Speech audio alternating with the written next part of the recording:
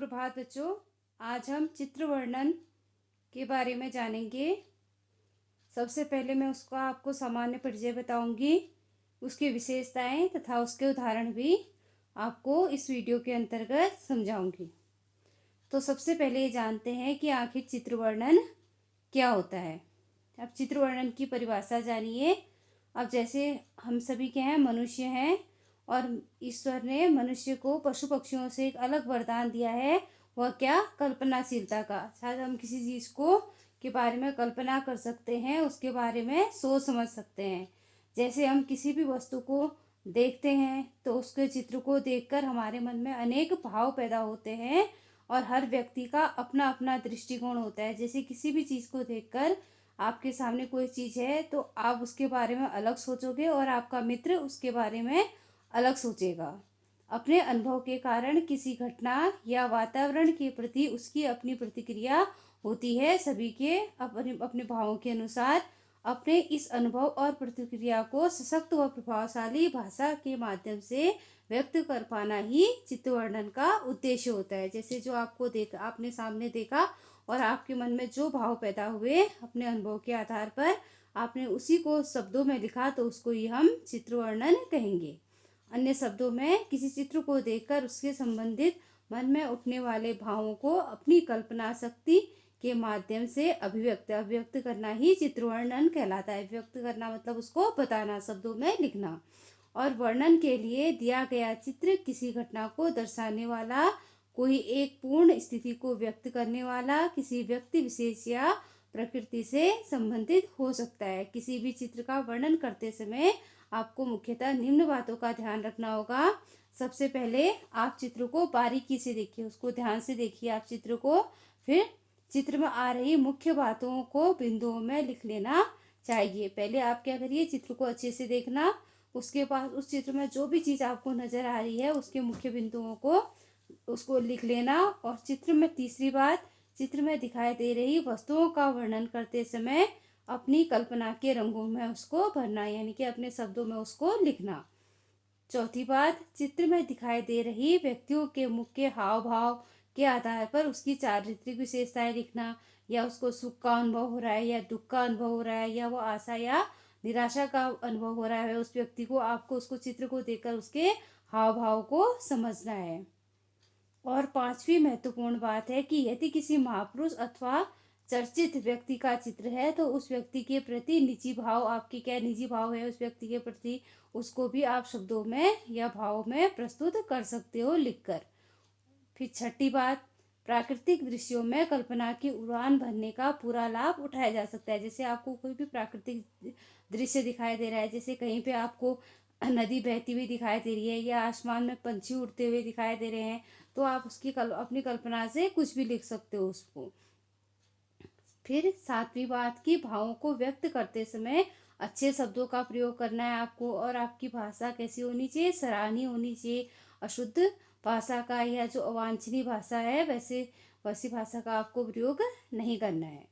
और आठवां महत्वपूर्ण पॉइंट है कि वाक्य रचना करते समय उक्तियों, मुहावरों व लोकोक्तियों का प्रयोग भी आप भाषा को सुंदर बनाता है, आपकी भाषा को। जैसा कि मैंने आपको मुहावरे पढ़ाते समय बताया था कि मुहावरों और लोकोक्तियों का प्रयोग भाषा को सुंदर बनाने के लिए किया जा सकता है।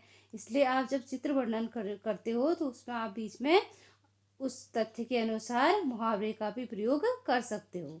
और नवीं महत्वपूर्ण बात है कि वाक्य रचना पर पूरा ध्यान देना चाहिए कि आपका वाक्य एक दूसरे से संबंधित हो।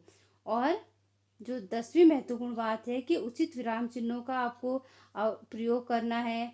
जहाँ पे आपको अल्प विराम लगेगा अल्प विराम, पूर्ण विराम की जगह पे पूर्ण विराम, या जैसे कि आप यहाँ पे देख पा रहे हो विराम चिन्हों के बीच में तिरछी लाइन बनी है, इसको योजक चिन्ह कहते हैं। तो जहाँ पे योजक चिन्ह की आवश्यकता होती है तो आपको योजक चिन्ह भी लगाना होता है। और चित्र वर्णन करना भी क्या है? कला है जिसे अभ्यास के माध्यम से बेहतर बनाया जा सकता है। और 12वीं महत्वपूर्ण बात है कि विशेष ध्यान रखना चाहिए कि चित्र वर्णन करते समय अतिशयोक्ति का सहारा न लिया जाए। अतिशयोक्ति मतलब बड़ा चढ़ा के आपने कोई बात कहनी नहीं है। और अस्वाभाविक चित्र का चित्रण अर्थ का अनर्थ भी कर सकता है। जैसे आपने चित्र में आपको जो दिखाई दे रहा है, आपको उसी के अनुसार आपने अपने शब्दों में उसको लिखना है। मुहावरों का प्रयोग यथास्थान आपको करना है, लेकिन ज़्यादा बढ़ा चढ़ा के कुछ भी नहीं बोलना है। तो ज़्यादा बढ़ा चढ़ा के बोलना भी अतिशयोक्ति कहलाता है। अब उदाहरण देखिए, यहाँ पे आपको मैं एक चित्र दिखा रही हूँ। अब इस चित्र को आप देखिए, इस चित्र को देखकर आपके मन में क्या भाव पैदा हो रहा है। तो सबसे पहले तो आपको चित्र में क्या दिखाई दे रहा है, एक मंदिर दिखाई दे रहा है। फिर मंदिर क्या है, एक ऐसा स्थान है जहाँ व्यक्ति क्या करते हैं, व्यक्तियों के मन में श्रद्धा भाव पैदा होता है और अपने इष्ट देव की पूजा करके व्यक्तियों को क्या मिलती है, शांति मिलती है। ये आप लिख सकते हो। और ये दृश्य आपको कैसा दिखाई दे रहा है, प्रातः काल का दिखाई दे रहा है और सभी लोग हैं यहाँ पे, काफ़ी लोग आपको दिखाई दे रहे हैं बैठे हुए। सभी लोग मंदिर को जा रहे हैं और इस चित्र में एक महिला हाथ में क्या ली है, कुछ थाली में ले जा रही है, जिसमें उसमें थाली में आपको फल भी दिखाई दे रहे हैं। क्योंकि हिंदू धर्म के अनुसार धर्म में वृक्ष की पूजा का विधान होता है, वृक्ष पूजा के लिए वो जा रही है, ये भी आप कह सकते हो।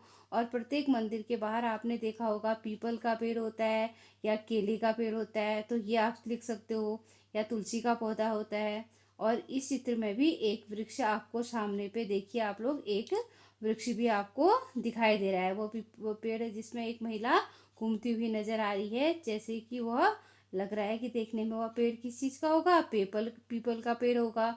ऐसे ही एक बच्चा पूजा के लिए जाती हुई महिला से क्या मांग रहा है, यहाँ पे देखिए एक बच्चा पूजा करते हुए जाती हुई महिला से भिक्षा मांगते हुए दिखाई दे रहा है, ये भी आप लिख सकते हो। तो चित्र को आप जितनी बारीकी से देखोगे आपको उतनी चीज़ें पता चलेंगी।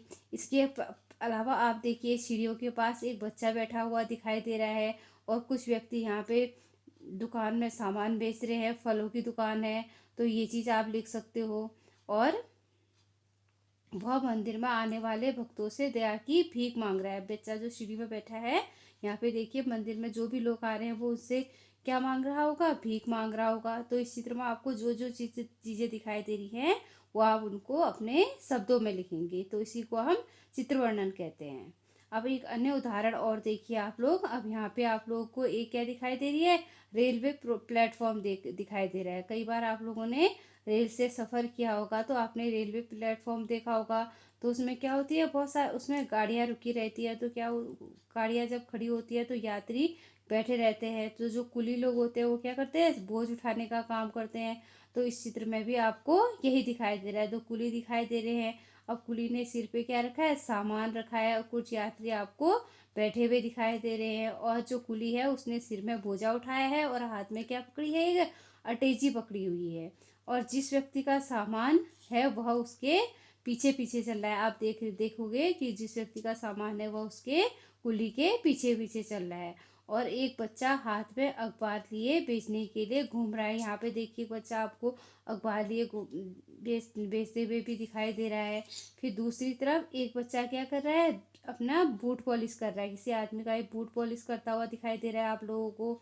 तो ये सब चीज़ें इस वाले चित्र में आपको दिखाई दे रही है। अब बच्चा जूते की पॉलिश कर रहा है। अब किनारे पर एक कूड़ेदान रखा है, लेकिन कूड़ा चारों ओर फैला हुआ है। अब देखिए यहाँ पे आपको एक कूड़ादान भी दिखाई दे रहा है, लेकिन कूड़ा क्या हुआ है, यहाँ पे चारों ओर आपको फैला हुआ दिखाई दे रहा है। तो सरकार की ओर से सफाई की ओर ध्यान दिया जाता है, मगर जब प्रत्येक ये कर्तव्य किसका होता है, प्रत्येक नागरिक का होता है कि वह क्या करे, सरकार द्वारा बताए हुए कानूनों का पालन करे, बातों को माने, कूड़े को हमेशा किस पे डालें, कूड़ेदान पे डालें। तो ये सब चीज़ें आप इसमें ऐड कर सकते हो, कह सकते हो।